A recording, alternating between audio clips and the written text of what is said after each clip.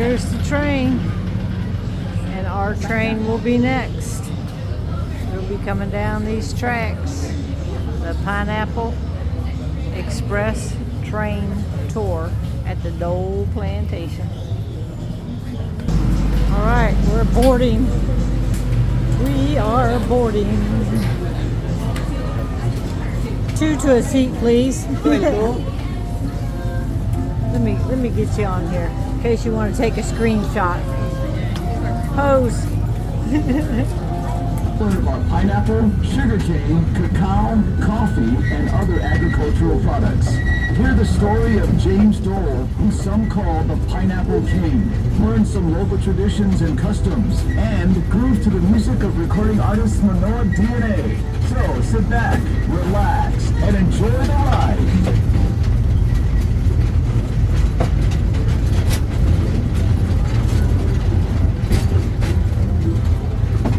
Free app on your mobile phone to hear interesting stories on Hawaiian heritage. Just a few announcements as we head out into the plantation.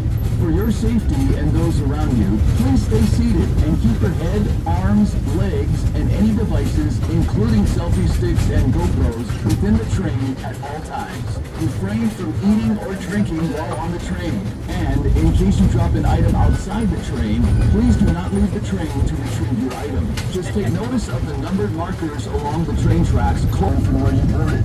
Once the train comes to a complete stop at the exit platform, we'll let you know when it's safe to disembark.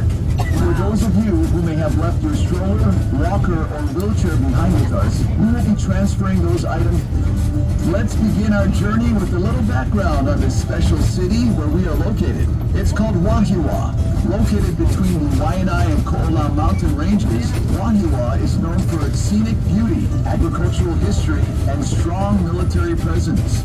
The weather here is cooler and wetter compared to other parts of Oahu, with more rainfall and temperatures averaging 70 to 85 degrees Fahrenheit year-round.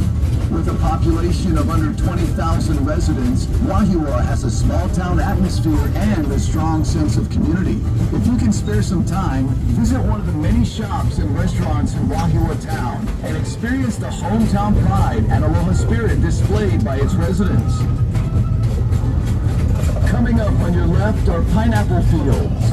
Depending on the time of year you are visiting, you will see these fields in different stages of growth, from field preparation to planting to harvesting.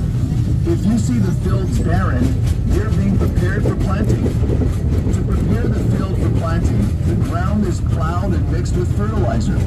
Next, thin strips of plastic mulch are laid in the field.